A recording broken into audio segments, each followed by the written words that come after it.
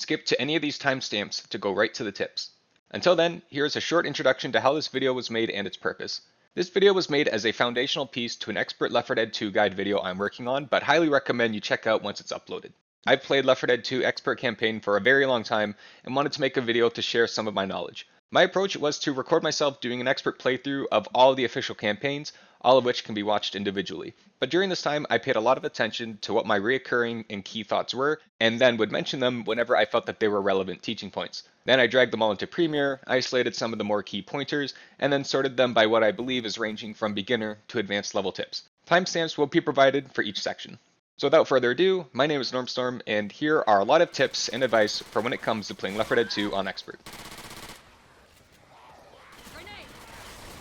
So what you can see there is that when the horde spawned on us, they came from two different directions. I probably didn't need to use the Molotov there, but it's a good textbook example of, use a Molotov or really any throwable on one of the choke points.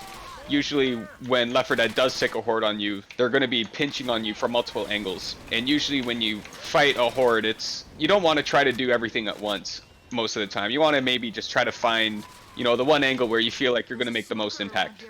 So since we are playing with the bots at this current moment, it's good to talk a little bit about, what it means to play with bots. A lot of people will, roast the bots for being bad and being like, the bots they suck, they're impossible to work with. To a degree, that makes sense. Basically, what you need to understand about the bots is that they're very good turrets, but they kind of lack decision making. They kind of basically understand to stick with the team, and that's really about it. They don't know how to use throwables. They got great aimbots. You can stand in front of them, they will never shoot you. So when you're playing with the bots, it's good to just think about what it is that you can do to protect them and just try to stay as close as you can to them within reason. If they're not really good at clutch decision making, like, you can get smoked right in front of them and it takes them a little bit. So might as well position yourself in such a way that if something does happen to you, it's not hard for them to come to the conclusion that they should save you. Part of the reason why high ground is good is just because of the extra layer of the zombies having to come up to your level. By playing the ledge, you can just kind of block the zombies from climbing up, and so that's just one less direction, one less plane that the infected can get you from. Okay, so in this situation here, I'm not even going to really worry about the infected in front of me. I just want to make sure that nothing really gets behind my teammates here, because they are low health. We're kind of in a tricky situation here. Obviously with the finale, there's kind of metas that you see a lot of lobbies do. This is not a really standard place for us to hold out, but really in L4D, honestly, anything works, any weapon works, any strat works. Just try to make sure everyone's on the same page. Keep shooting while I fire in the hole! Grenade!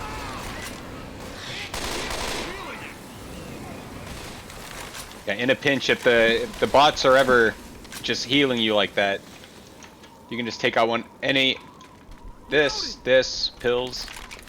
I'm gonna try to fight off the bots trying to heal me for as long as I can. You just saw what I did there. Quiet, everybody. I hear a bitch. But even if a human is, oh, I can't take a break. But it also automatically cancels the animation, even if it's a human healing you, if you go idle.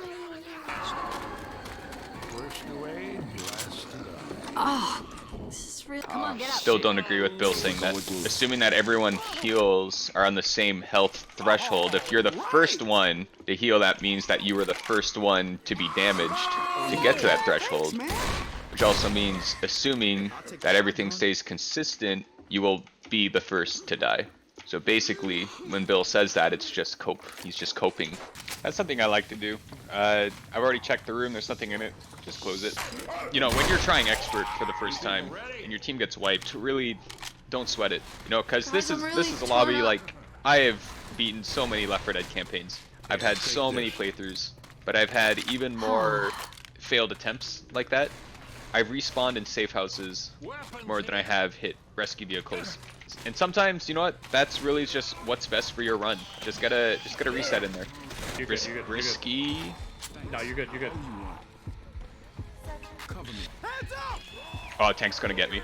He's getting me too. Wait, maybe the tank won't get me. I'm black and white though. I'm also black and white. I might just heal myself. Tank's down here somewhere. Yeah, he's there.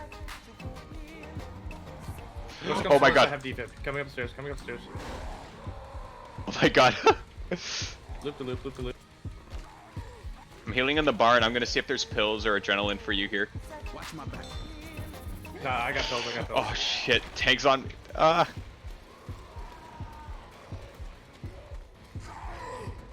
Some say I'm still trying to heal to this day. Okay.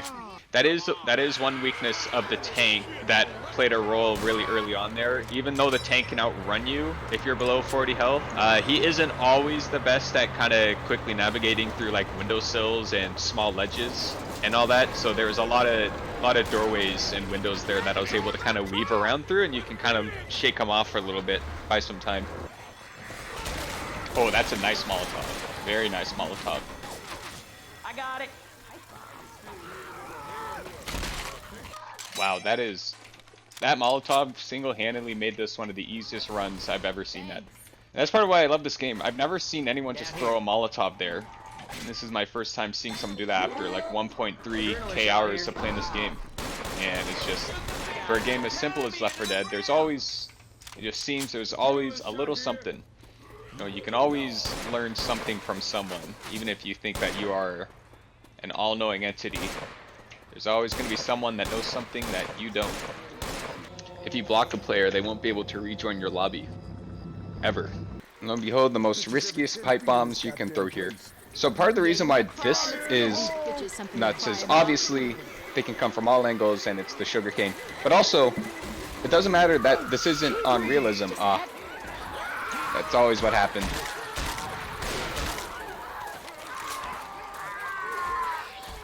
But since these are not walls that's separating you from your teammates, you actually, like, you can't really see their outline through the plants. So the decision to give Rochelle the pills instead of the adrenaline just simply comes down to the fact that I have more permanent health than her. Come on, let's get you back up. It's more likely that, you know, if I take one hit, I'm fine. If she takes one hit, she's now in limping, like the limping range in her health. So, like if you're gonna swing left, you can also do that, and you can hit more than one infected. Well, obviously you can always hit more than one infected, but like you can like do this kind of crescent sweep.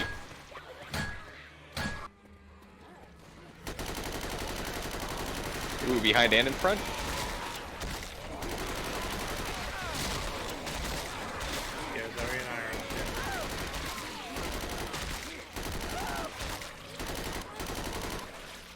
I have pills for you if you wanna. That's a really subtle thing you can do with your melee. If you swing your mouse really fast while you're meleeing, you can, like at the beginning of the animation is at 0 degrees, and the end of your punching animation you've spun 180 degrees. That you can kind of hit that whole range in one go. Really helpful if they have you kind of pincered like they had on me there.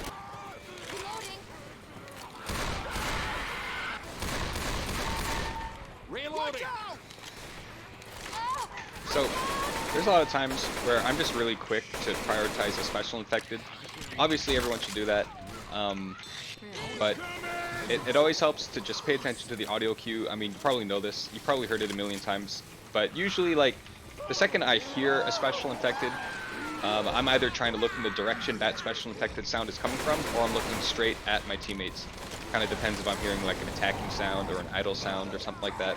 Because, well, every special infected is trying to get to the survivor, so if you just look straight to your team, you know, you're gonna find what you're looking for. Obviously, it's a team game. It's all of Left 4 Dead is basically a war of attrition between you and the game director.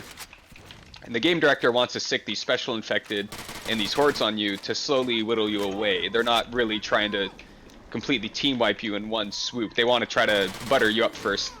And still not really a whole lot of temp health. There is a back room like through there and then around the building, but when you see how low everyone's health is here, sometimes when you go out of your way to look for items, that's when a horde spawns on you, and you always just kind of want to assume that the horde's going to take a little bit of something out of you. It could be some of your health, or it could be some of your items. Here, I don't want to just use a bile jar to try to find pills or anything like that. It's not worth it. Safe house is right here. You don't want to take that risk. And of course, you know, sometimes a horde can spawn and, you know, you guys can play it perfectly and just adapt to the situation accordingly, but you never want to just assume that you're going to be playing this game perfectly. Like, especially if you're trying to go from advanced to expert, you know, you never want to try to just bank on stuff like that. You don't want to take those unnecessary risks. Now, and actually in a lot of situations, it is ideal to go at a faster pace. You know, keeping in mind everything I said before about, you know, more waves spawning on you, the longer you take. You know, my friends like to roast me a lot for, you know, stat collecting and everything like that. But the reality is if you want the best possible chance at winning Left 4 Dead 2, you need to think about what's going to help your team the most. And sometimes helping your team the most is figuring out how you can kill as many zombies as possible during a zombie wave. If you can get like one really good chunk of the horde done just by yourself, it really helps alleviate the pressure for the rest of your team and allows them to do what they need to do. So it's good to know about fighting smokers. And I think also with hunters is that when a hunter pounces, they actually become squishier. And same with smoker. When a smoker is tonguing someone, it's like they just become glass cannons. They can't really tank any shots at all. So if you're really prepared for them, you know, sometimes you can strategically let them smoke you or a teammate because you know that you'll be able to just kind of instantly one-click on them.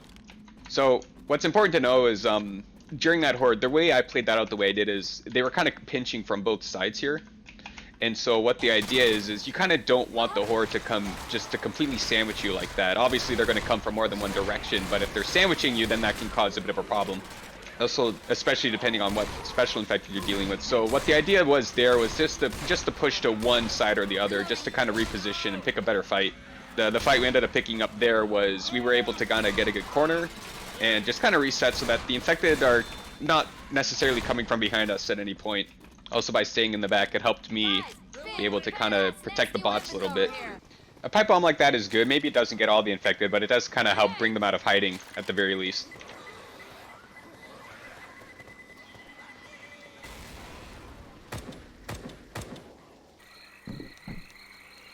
Let's roll.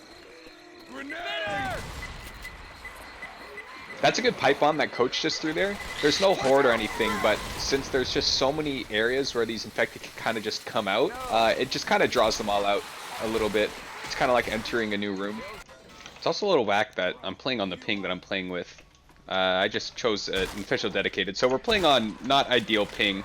But the reason why that's okay in a game like Left 4 Dead is obviously it's going to suck when it comes to kind of split-second decision-making and, you know, those kind of clutch moments. But you'll find with not just Left 4 Dead, but a lot of games, you know, a lot of the strategy is kind of what happens before you start shooting. So, you know, we could always just go back to lobby and, you know, reset it to be a public game. But I'm not going to do that this time around, at least not yet. Maybe for Chapter 4. What we're going to do here is we're just going to kind of acknowledge, like, this is the hurdle that we're kind of dealing with now. And so we're just going to kind of look at what we're going to do to deal with that. The fact of the matter is no matter what sort of hurdle you're dealing with in this game, there's always some sort of countermeasure that you can take a few steps beforehand to kind of make up for it. Really the best thing you can do if your team kind of has a tendency to kind of split up like this, or, you know, one person wants to play a bit slow and other people want to play fast, is just, I always like to try to find that middle ground where I can try my best to see everyone, but you know, you can't always see everyone, but just being able to just kind of know what the best direct route is to anyone on the team if they need your help. Let's see, now we got the split attention again. No one is on the same page, so in times like this, just pick one teammate and stay with them. I'm gonna pick Lewis. Lewis is the closest. He's also in between these two guys here. So now it'll be easier for us to recruit. Yeah, see, there we go. There you go. Always want to be just within punching distance of Lewis in case something bad happens. So what you can see with the little juggling that I did there is if an item spawns, if you pick it up but then re-pick up the item that you just dropped, if you're close enough to the original spawn of the item, it will just go back to that static spot. But if you kite backwards like that, if you can get the item far enough from its original spawn location, it will just drop to the ground like that. And so you can just juggle pretty much anything you like, really. That's okay. So actually, that's another thing there. Both times the spitter came from the same direction. Usually that's what you can expect. You, like, depending on where you're holding out, obviously, but you can actually kind of expect special infected to actually repeat the same route as before. So if spitter peaks somewhere at one point, you know, don't be surprised if it peaks there another time. As you see, the jockey also came from that direction as well. Smoker over there. So I was about to say, I'm gonna keep these doors open, and I'm gonna keep them open in this orientation. Yeah, I think that's smart. Yeah, so that we can still close the door on infected later, but they're also less likely to just randomly break them. So that's weird. We actually saw a little bit of an overlap of that 3 special infected rule. We had jockey, boomer, smoker, and then since it took so long for that smoker to die, we got that hunter respawn. Well, that is something to note right there. Fire damage stacks in this game. So they're not burning at twice the rate. Oh shit. But for the duration that they were standing in 2 sources of fire, they were taking double the damage at that time. So there is an ideal strategy for this event here. With a single gas can, what you can do is if you kind of stand right in the center here, you can drop the gas can there. That was a bad one. But the idea is, yeah, there we go. Right, kind of right in the center there. And the end result you're gonna see later is this gas can. The fire will engulf like the entire perimeter of the scaffold, so no infected will be able to climb up for a little bit. What Ellis just did there is a good example of you don't always need to wait until you're black and white. Sometimes it just makes sense because we're about to start running this roller coaster. You know, and you can get all the health you need, right? And he seems confident that nothing drastic is going to happen between now and when the roller coaster starts. Because normally, like, when you first learn the game, obviously people will tell you, like, well, don't just heal immediately, wait till you're black and white, you know, because they're trying to teach you efficiency. But then there comes a point, like here, where it's like, you need to have as many teammates as possible at, like, running health. And I think that's going to be one of the main points that I'm going to hammer home in the actual finished product of the video, which is play by the rules until you start to get a grasp of when to break them. What I was kind of saying before there was 4 people here is, you know, there's kind of a similar pattern in the sense of, you know, kind of keeping track of when hordes are spawning, the 3 special infected, and so that is kind of the general gameplay pattern. And obviously mastery in Left 4 Dead is kind of being able to deal with the uncertains.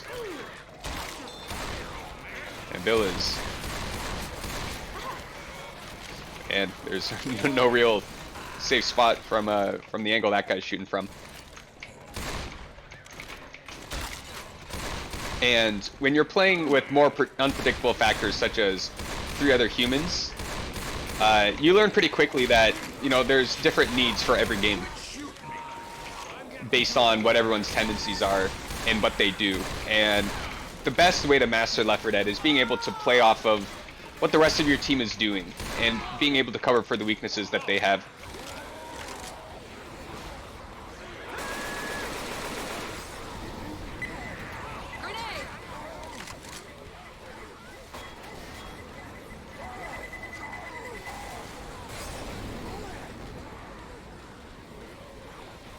So what I'm doing right here is I'm not really hounding on the tank just yet because I still know that there's stray common infected, and the thing is, if a common infected hits you, it slows you down, which in a clutch situation can really mess you up. Or they can take you from, you know, 50 to 30 health, which will then make the tank outrun you. It's good to understand that the tank by itself isn't always the biggest threat on the field. In this situation, especially when there's other infected, the tank is kind of more of the supplementary threat, which I know might sound a little odd at the surface, and maybe the wording isn't the best way to describe what I'm saying, but it's still important at the very least. Like, you know, just the way that planned out there, like, I was in a position to be able to kind of just pick off any straggling common infected that could potentially be a problem to my team that at the time were actually doing a lot more damage to the tank than I was. It was really well played by them. And this is kind of a bit of what I'm talking about, of playing off your teammates and just seeing what is happening in the game in front of you. I'm going to explain a concept that isn't really specific to Left 4 Dead. If you've played other games, maybe you've seen CSGO or League of Legends or Overwatch, where, you know, team composition matters and the different roles that people have in a team. And often, you know, maybe you don't want to put like 5 complete all-star carries on a team. You know, maybe you want 1 or 2, you know, carries that step up, but then you have other people that kind of excel in playing a more supportive playstyle to help enable those carries. In Left 4 Dead will kind of fall more into the side of like Counter-Strike, where, you know, everyone's kind of got access to everything, every tool in the game, you know, everyone has access to. And it's kind of good to be flexible in Left 4 Dead at least, to be able to know when to play supportive and when to play a bit more of a heavy-hitting damage carry role. Now here's actually kind of a bit like a classic mistake a lot of teams make. They just want to run after the horde, after the event. But the thing is we didn't have the tank yet this chapter, and we didn't really finish off this horde. We just kind of threw a bile jar and went. I mean, obviously it's playing off fine well anyways, because we're all good, but sometimes that's just, like, sometimes that's the reason why you go back to the safe house.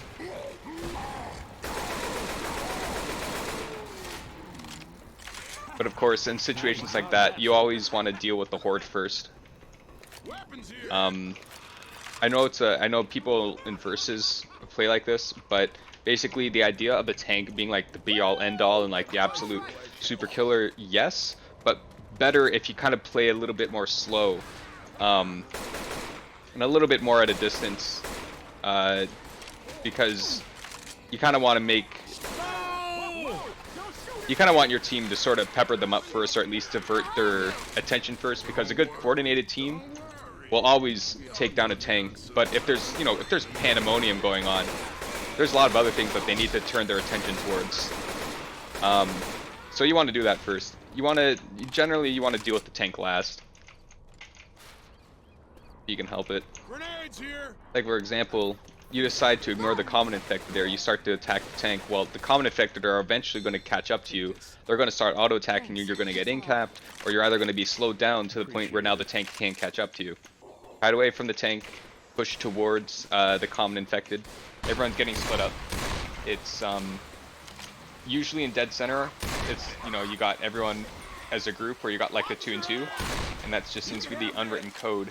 Here, everything is just much more scattered, and it's very easy for things to go wrong as a result.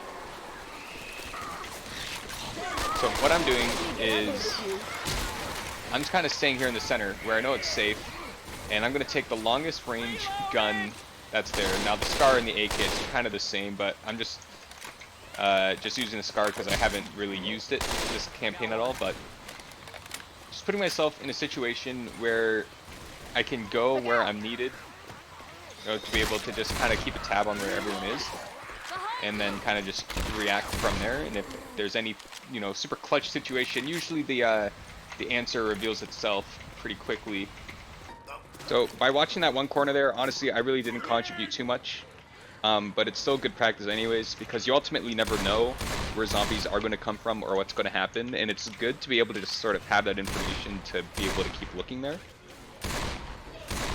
Because it may not have been that horde, but it can always be the next horde.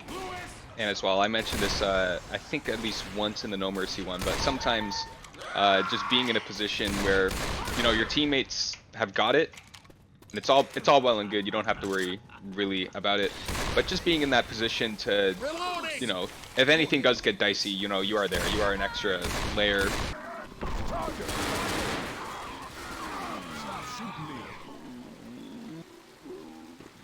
Through this part.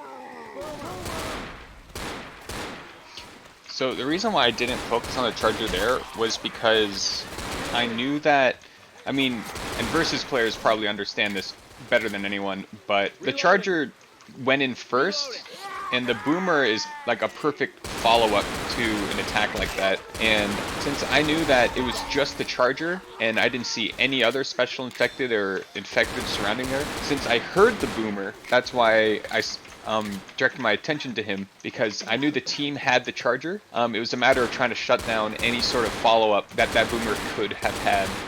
Generally, when it comes to special infected, you know, this is more of a versus mentality, but it's still applicable to campaign. But basically, some infected are better than others at engaging, and some infected are better than others at being the follow-up. The boomer and the spitter, are definitely both better as follow-up. This is bad. As you can see in that last horde fight, I didn't prioritize saving my teammates even, I went for the boomer, and I talked about it before in the passing video, but the boomer is an amazing follow-up, and if you can just shut down that follow-up, you can prevent things from going from bad to worse. You know, the delay between when hordes spawn, if a horde spawns, and then, you know, a boomer throws up on you, or on anyone really, the game doesn't really care about respawn timers or anything like that. You're gonna just deal with another horde immediately. So for this first part here of Death Toll, it's important to notice these trees. On the side here, it's very easy for infected to flank you because of it. So because of that, you don't want to move too fast through this first part. Things can get kind of hectic pretty quickly. So similar to Death Toll, Blood Harvest has this part at the beginning where there's just a lot of trees, and it can be really beneficial to kind of walk forward to pull them out and then kite back. Terrific, Cupcake. There's the ground.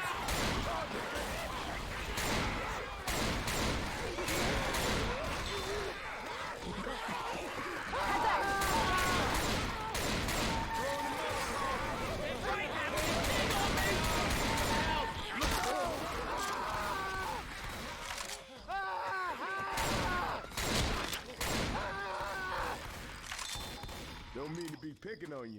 Y'all look like shit. So the way I liked to play that there, it was a little bit chaotic and everything. When I had the chance, after I killed that jockey, I tried to reposition in such a way so that I could see as many of my teammates as possible. For all the reasons that you would expect someone to do that. And it's kind of touched on before, since that horde just spawned, it's going to be a little bit before another horde does spawn.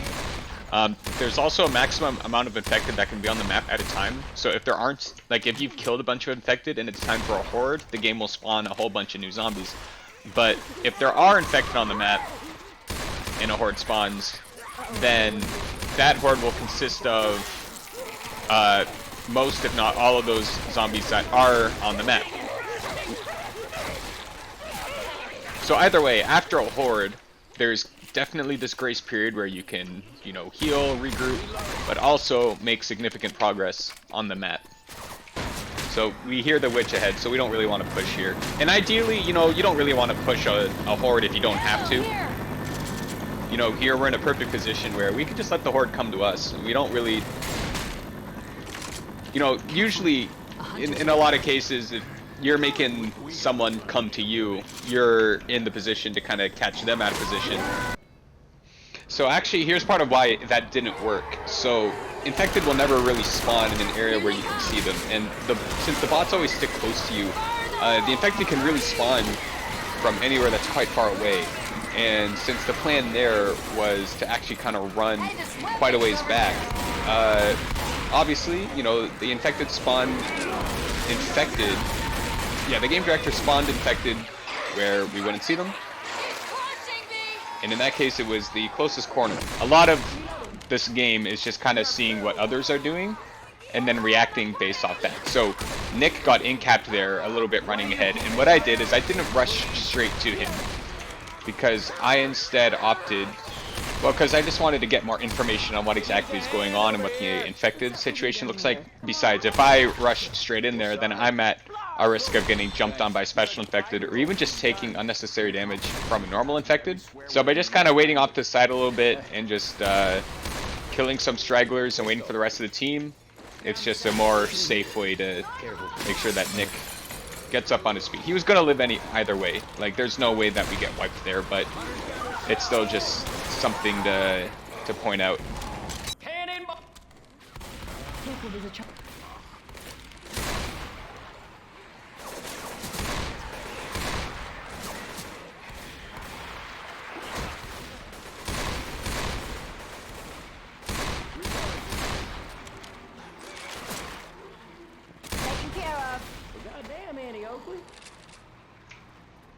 So, as you can see there, the way I played that is, in this section, obviously, it's water, so you're running slow, and it's a very dark area. So, you can't really see what's going on until, you know, once they're closer to you, right? And the way to play it there is stay close to someone and, you know, just keep looking around just to see all angles.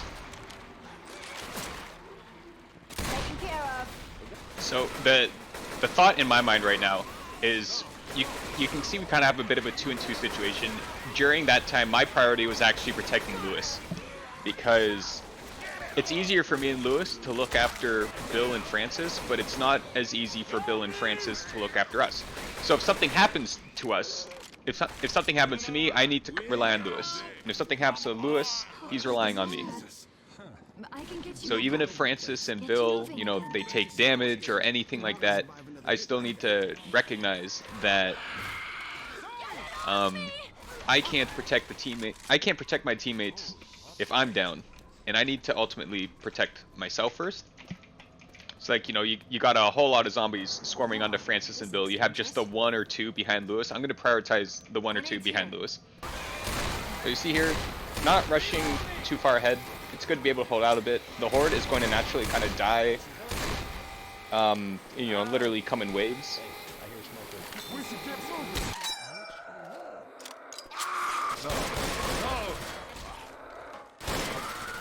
Witch!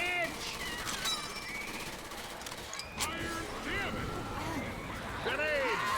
I'm in trouble! Reload!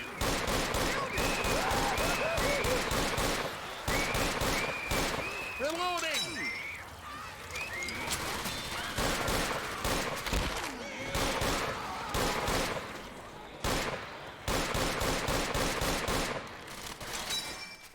Oh my god, we did it.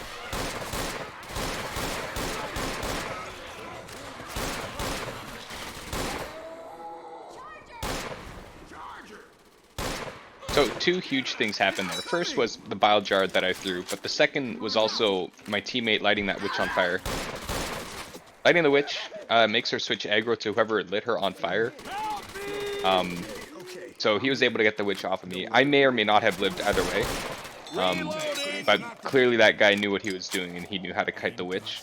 But also the bile jar, I could have thrown that bile jar into the Molotov. The reason I didn't is just because I felt like the fire was too close to my team. So if I threw the bile jar, then there was like that increased risk of like the infected kind of pathing into my teammates on their way to the bile jar, and then it kind of, you know, there's the potential for it to kind of create more harm than good at that point. So I just threw the bile jar away. I figured we could probably burn through the witch fast enough.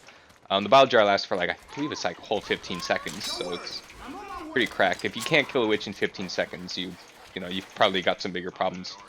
So that is the amalgamation of the key tips and rants I went on during my raw playthroughs of the 14 original Left 4 Dead 2 campaigns. There's definitely a lot more tips and tricks out there that I did not touch on, such as alarm cars not being able to be triggered from a distance, witch stumbling with snipers, and re-picking up a weapon spawn instead of reloading. There are also a lot of other approaches and perspectives to the game that I did not really touch on here. If you feel like there's something key worth pointing out or really just have anything to say, feel free to throw it down in the comments so others can see.